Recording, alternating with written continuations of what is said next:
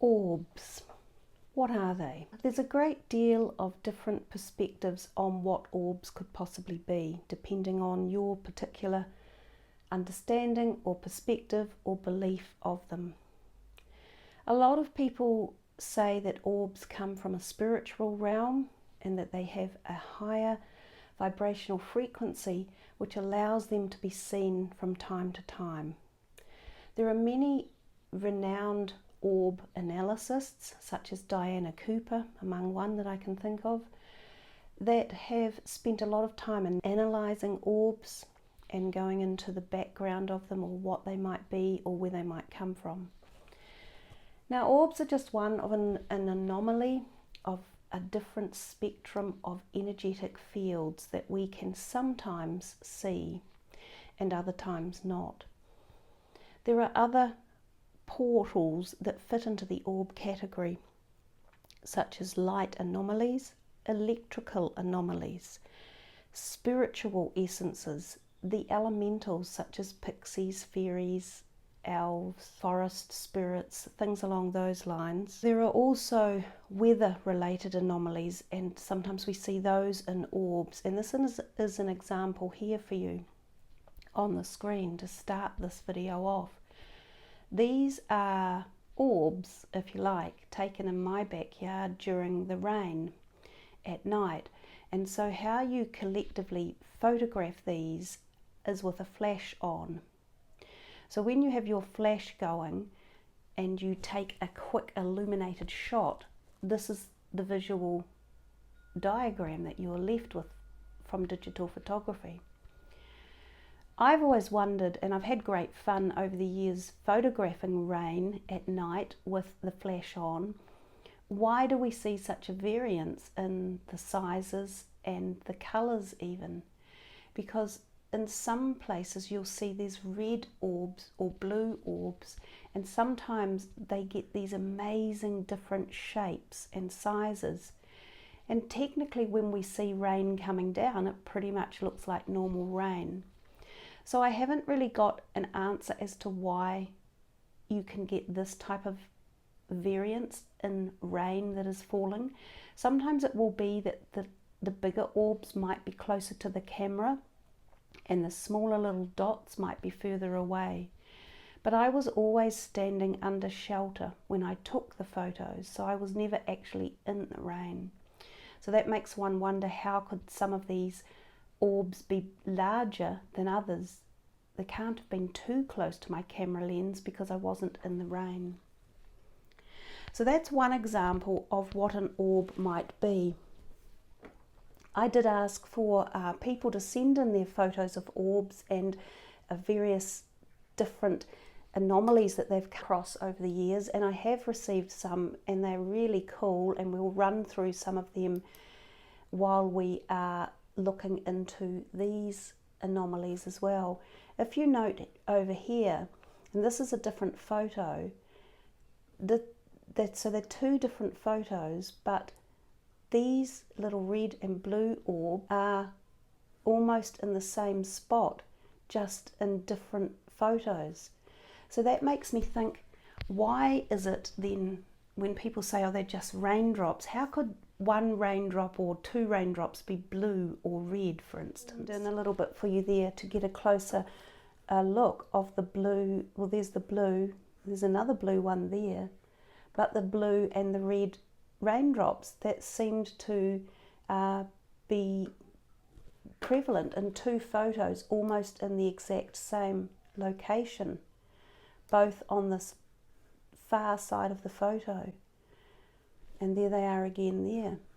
Are these just water droplets, or do we get a mingling of spiritual essence or elemental energies when the rain comes? These are also from myself, again, that I took, but again, this is during the day, but I used a flash to capture what is an orb, or what you can see to be two orbs, for instance, in this photo. So there's one here with a nice little golden bit on the end of it, and then there's this strange shaped one over here. And again, I can't tell you why we're seeing anomalies in the sizes and the shapes. But this one, for instance, here has this beautiful golden aura at the bottom of it. Could that just be a reflection of the camera lens when it flashes? I'm not sure. I don't really have the answers for you. But these are some of the different types of anomalies I've noted over the years. And I do live on a property where we have, you can see that's the kind of area I live in. It's very, very bushy and full of trees. And in the background, that gives you an example of the background of the oak trees and some of the digital photography I was experiencing at night. And again, I believe it will have been a light rain in the background, but you sometimes wonder, why do you get these, you know, overtly large orbs in some shots, and it clearly isn't fully raining. There appears to be another smudge of one up here, but some of them are so large and so bright, and often they would have this kind of shape with this really beautiful auric blue on the outline of them. And one might have wondered if that was sort of a higher vibrational frequency that was coming in through the digital photograph, showing the actual frequency of either whatever you want to call it, of the orb itself, or of the being or the entity, or of the raindrop, if that's what it actually is. Then just recently at night I experimented, and this was a dry night and there was no real rain in the air, but it was very, very windy, really windy. So I took my camera outside and decided to take just a photo, because you could sort of see these strange particles in the air because the wind was creating so much of it. And when I snapped a photo on my iPhone, this is the image that came up. So I actually took quite a few of these photos, and they all more or less produced the same strange image of these fleeting particles that seemed, they were moving very, very quickly. You could almost visibly see them. So were they dust particles, or were they, I don't know. I have no explanation. But they were really interesting photographs, and they provided an insight into the pace and speed at which some of these particles were moving, and there's another example of it. So this is in a different place, not anywhere near where I live, but this is the type of activity that was being captured on the screen. So I implore all of you to go out and start experimenting with photographing orbs or weather anomalies or movement across the screen, and see what you can capture yourselves, because some of it's really fascinating. And if you're interested in that sort of thing, these can be quite fun projects to upload. Photo sent to me from a viewer who kindly donated this photo. I have masked out some of the people's identification for privacy, but this one has a lot of beautiful, different, shining, you know, really bright, bubbly little orbs. Now, orbs have often been heralded as turning up in places where there is high energy involved. So things like prayer or meditation, or circles where people have all come together in joy or happiness, or in dedication or in service. And you can often see orbs turn up in mass events, and especially in places too around the world, on the ley lines or the grid lines, or where there are specific buildings or sites. Often orbs will be present there as well. And in this particular photo, I think you can see there's numerous orbs popping up all around these three different ladies, who look to be really happy and enjoying themselves with the friendship and their evening of entertainment, and just being happy. I don't know whether the orbs have come from an atmospheric condition in the background, such as a moist evening either, but the fact that they place themselves exactly where they do around the ladies, around their heads, is also sort of an indication. So sometimes orbs can be, you know, part of an atmospheric condition, but it's how they place themselves in photos that we can find quite interesting, and that's a timing device. And that's why we also get the feeling that there's more involved in the timing event or the turning up of an orb, or where it is placed, or the colours of it, or the size of the orb in particular. There's another quite big orb.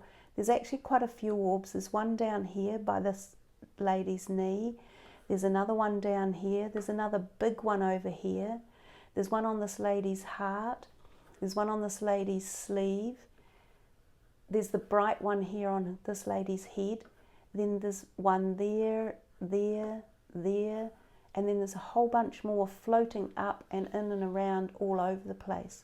So it's a great example of photos with orbs in them. And as I say, many of you can capture them sometimes. We think it might be easy, but it's not as easy as it seems. And not that many people have a whole raft of photos with orbs in their collection. Coming to this orb, I think this is one of the truly best examples I have ever seen of what I would probably classify as a spiritual orb or a spiritual entity or a slightly altered frequency orb, where it's come in through a different force field or a different field.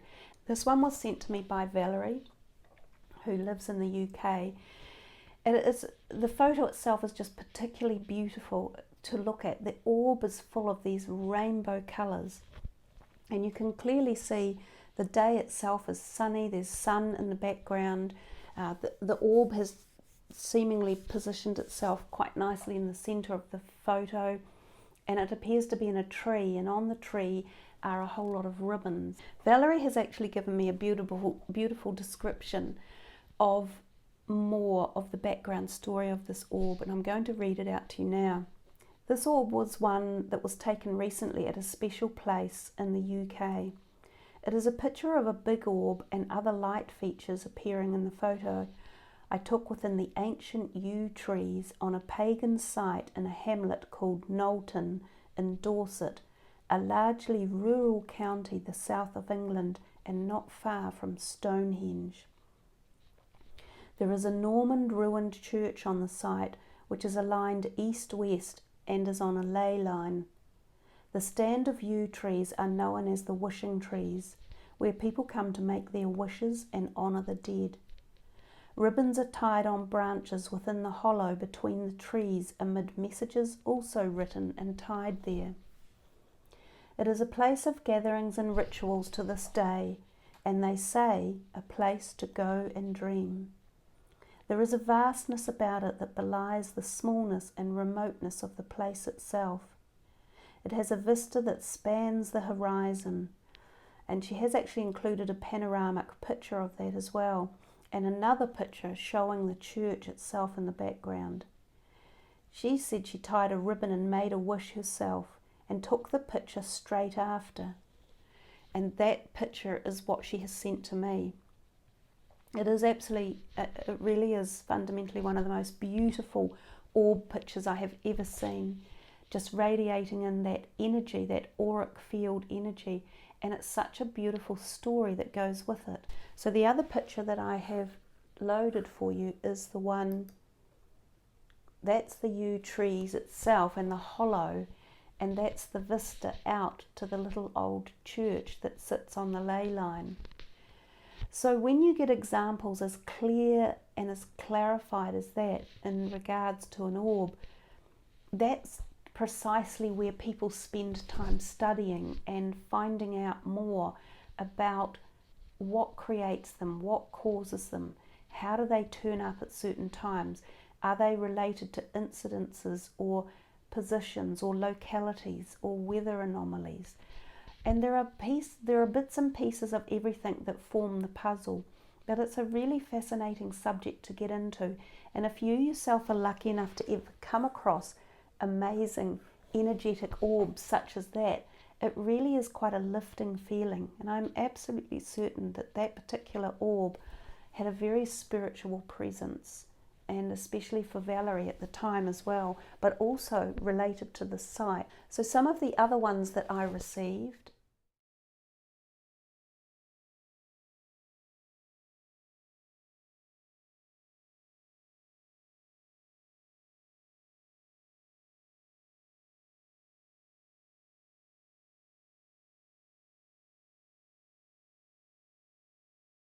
who wouldn't?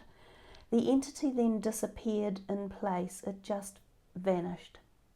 A few days later, she was sitting at her dining room table when her tablet device on the table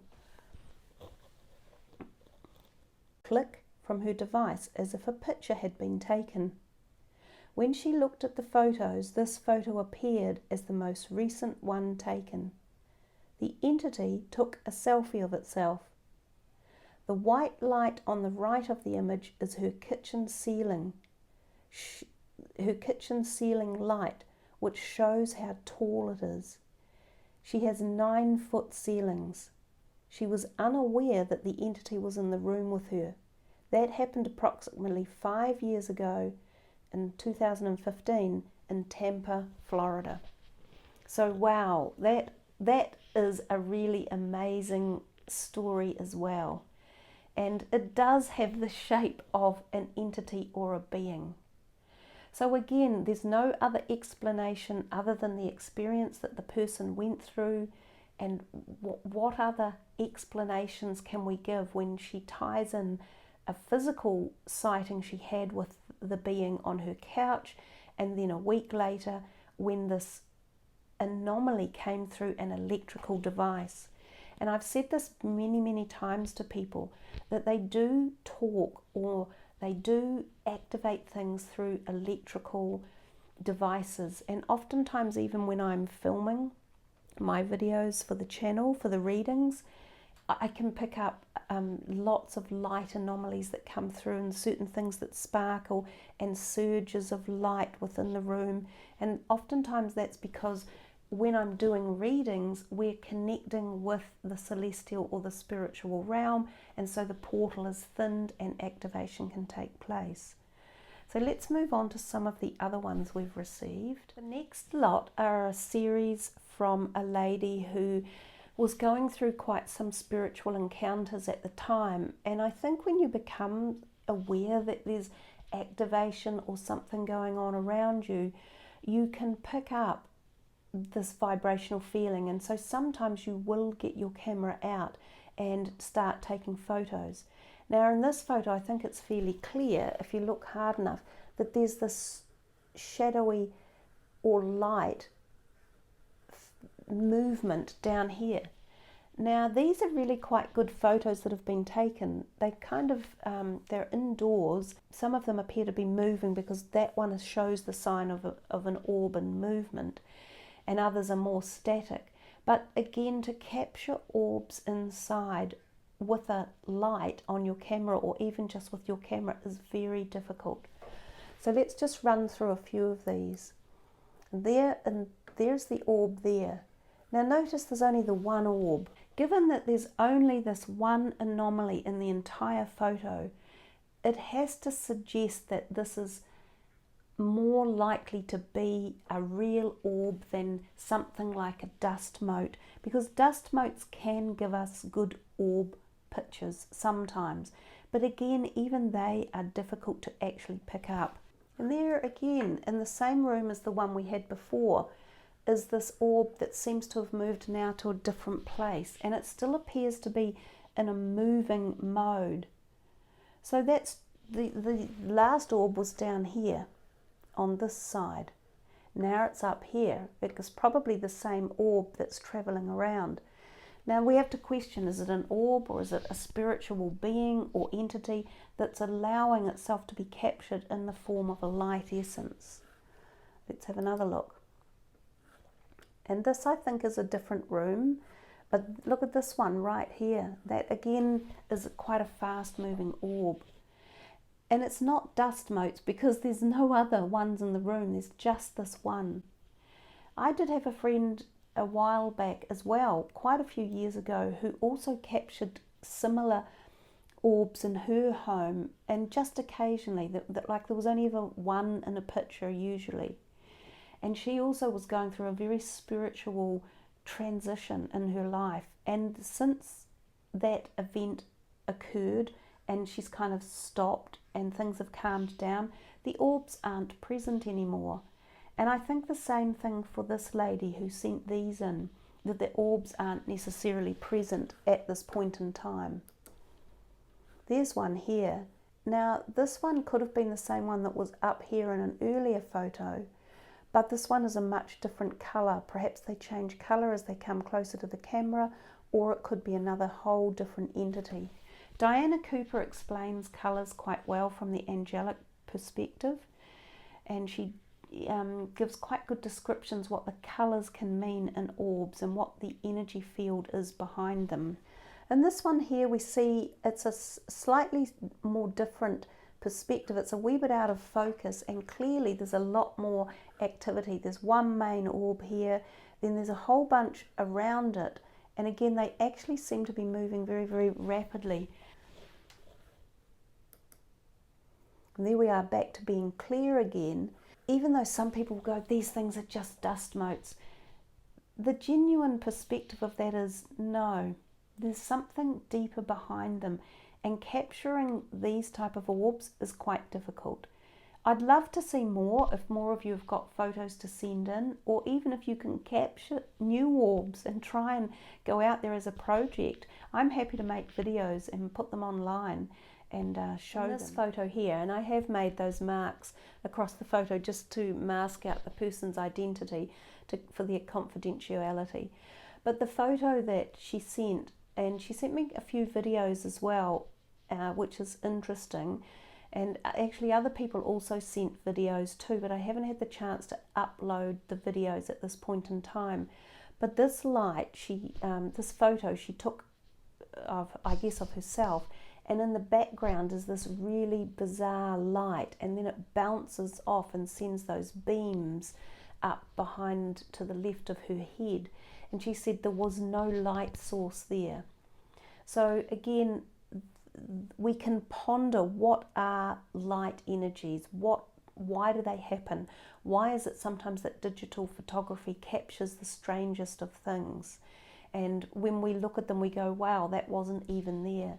I mean, that light source is particularly vibrant, it's very full on, it has a star shape at the base, and then it sends those really strong beams all the way up here. It's really strong, heading up into quite a dark area of the room, it would seem, on all accounts. So she doesn't know what caused it either, but she said there was no light source there. And certainly the beams heading up into the roof were very, very odd. And these are just captured in a moment of time. So that was another example that was sent in. In this one, for instance, from a friend, Erica, from Brazil, she took several photos of this particular vista, and I think what she is referring to is this black being that she captured in several of them. This is the black being here, and you can see it just to the top right of the screen. Now I imagine she's taken these photos from a long way away. I'm not sure if she took them from indoors or outdoors, but if she was indoors, the likelihood of capturing an insect in the screen of the picture would be very, very minimal. Some people say these things that they notice are insects. I myself catch a lot of entities like this. They are around, they're very, very fast movers. I call them interdimensional beings or entities. They're everywhere, and if people sort of stopped and surveyed their photos more often, they'd probably see them in many photos. But this one here in this particular photo is sitting to the right of the pole, and then I think she has sent 3 different photos where this little black creature, or whatever it is, moves to several different parts of the photo. So in this picture here, and it might be a little bit difficult to see, but there are 2 of those black moving things. There's one there and there's one there. Again, they're often very fast movers. They don't really look like birds. They may be in the distance, it's hard to say. But that's 2 of them when we looked at that previous photo, and there was only the one.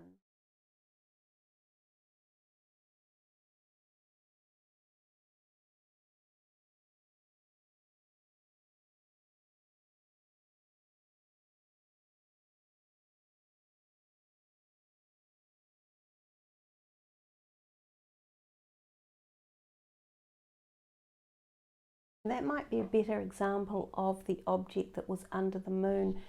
that she is referring to. You can just sort of see it here.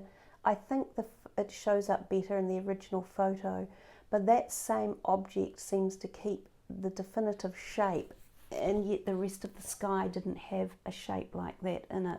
In fact, I've managed to enlarge this one. This photo seems to show it more as a separate entity from the moon, but that particular shape stays and it sort of travels across the base of the moon throughout the various photos that Erica took, and they don't change shape in particular.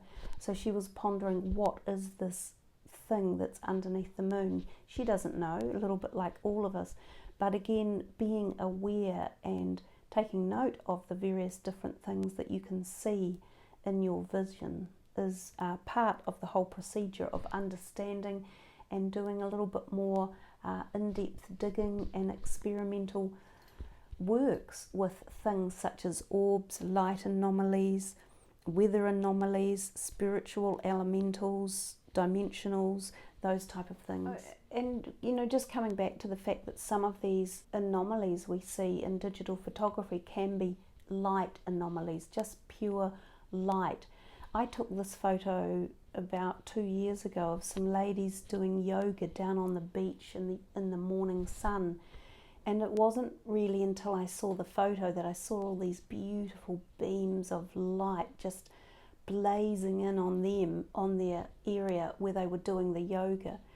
And so I can't explain why it particularly shone up in that magnificent way and kind of right onto that area where they were doing that. I thought that was a pretty amazing photo of a light anomaly.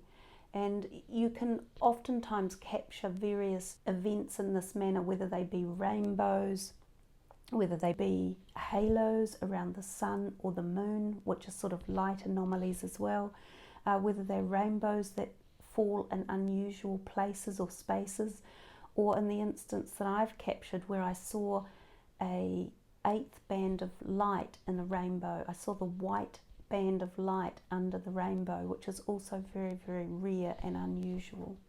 Just an example here of some light anomalies through the sun, and I'm sure a lot of you get these. They're often called lens flares, things like that, but they still show up as being quite cool on a photo when you capture them. Just a weather anomaly with the sun behind the cloud, and then you get that amazing strange halo effect from the cloud. It must be particulate matter that's up in the sky, even though you can't necessarily see it until you get the sun shining on it in that manner. An example of a beautiful rainbow that does have the white band underneath it, the 8th colour, which is very rare and not commonly seen, but you can see it just down here after the purple or the indigo. And it's I've only captured it a couple of times myself, but that is one example of it. It's a little bit hard to see perhaps when we are transferring things over across multiple media fields.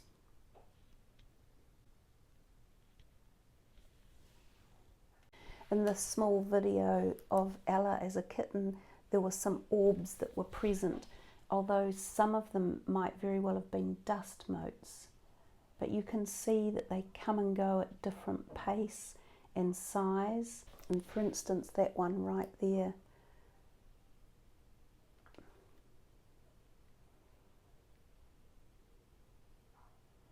So, and when the cats and dogs are together and playing and in happy harmony, and that she seemed to bring in this beautiful joyful spirit, and she's such like a little angel cat. So whether or not these are just dust motes or other things, it's hard to say, but they are throughout the whole video, and I've never really been able to capture them again. I tried several times to emulate it and couldn't do it.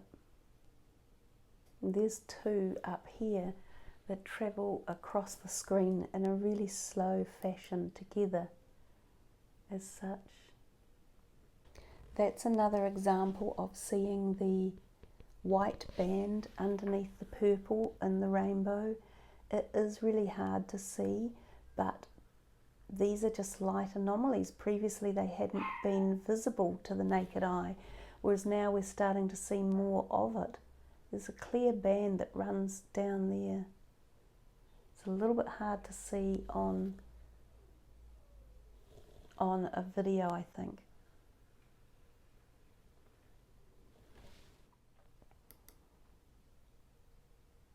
And again, these are just variances when we talk about, you know, what are we seeing in terms of light anomalies.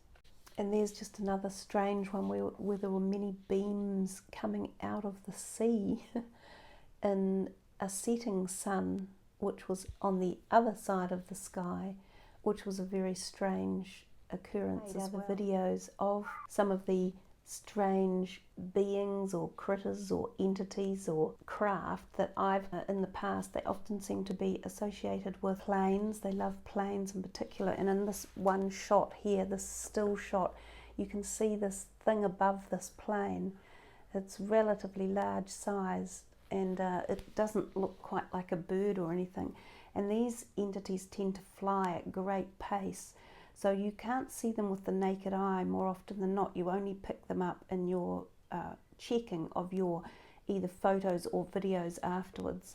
And in this instance, that is a very strange looking thing indeed that seems to be tailing an aeroplane.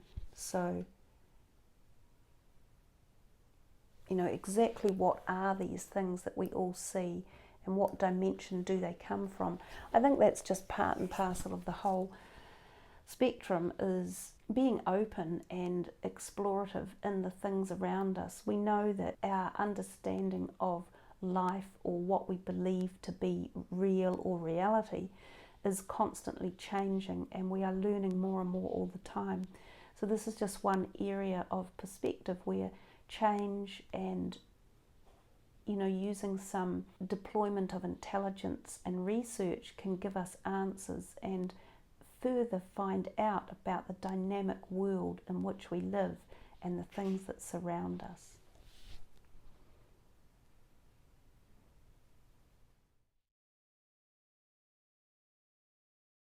This particular piece, it's only just one shot out of a video actually that was taken, but this particular craft or creature or being, because it doesn't really have a head, doesn't seem to have any legs attached. I've come across this in several different occasions in the same type of area as well that it hangs out at, which is in New Zealand on a beach there.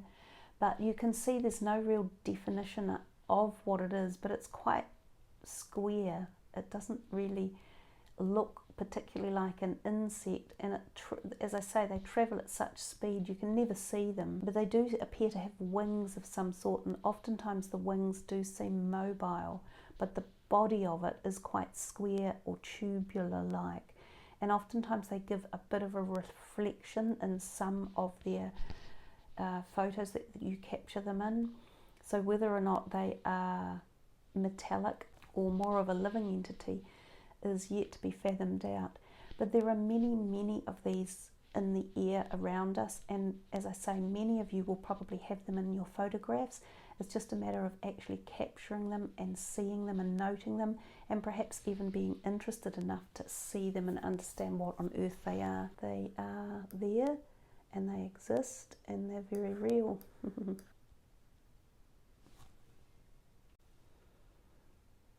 In this photo, the little object which has followed this plane the whole way in as it's coming into land is more of a circular, and they often turn into more of a circular sort of look about them. But I have actually already made a video on this. It's actually online. I'll put the link beneath this to lead you to that video to watch if you're actually interested. As I say, it's just another field of exploration, of understanding the reality of the dynamics of life around us, and that there's not just one dimension, but many different ones. This was a fascinating photo that I took a few years back. I was actually trying to photograph through a window into a very old building that was part of a high country ranch, and it almost looks like that is the reflection of my hand in the window, and I was holding my iPhone, but I'm not sure if that's my hand that's reflected or it's the reflection of a spiritual hand through the window that's holding something else. But it's just the most unusual photo to look at. It's as if it's a coming and going between two portals. It's one of the oddest photos I've ever managed to take. You can clearly see the shape of fingers here, and this looks like this might be an iPhone which is being held, which technically would be the reflection of my hand in the window, but it just doesn't look like it. It looks like another hand moving through a dimensional shift of some sort. So that was a really, really interesting photo. There was one before it which was very reflective. So that's when I took the second photo and got that. But I don't know what the whole photo was pretty strange. Anyhow, these are just part and parcel of the enjoyment of analysing your unexpected photos.